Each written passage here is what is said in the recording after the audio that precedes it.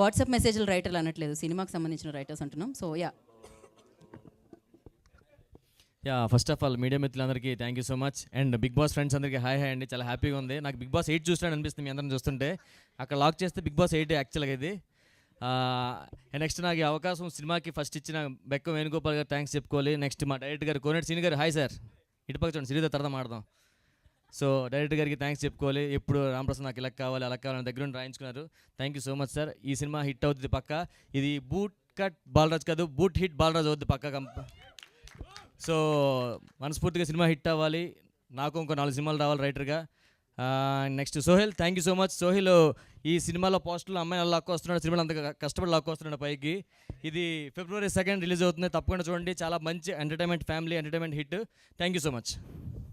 Thank you so much Ramprasad గారు. And ఇప్పుడు రాకేష్ గారిని మాట్లాడాల్సిందిగా కోరుకుంటున్నాం, మరొక రైటర్.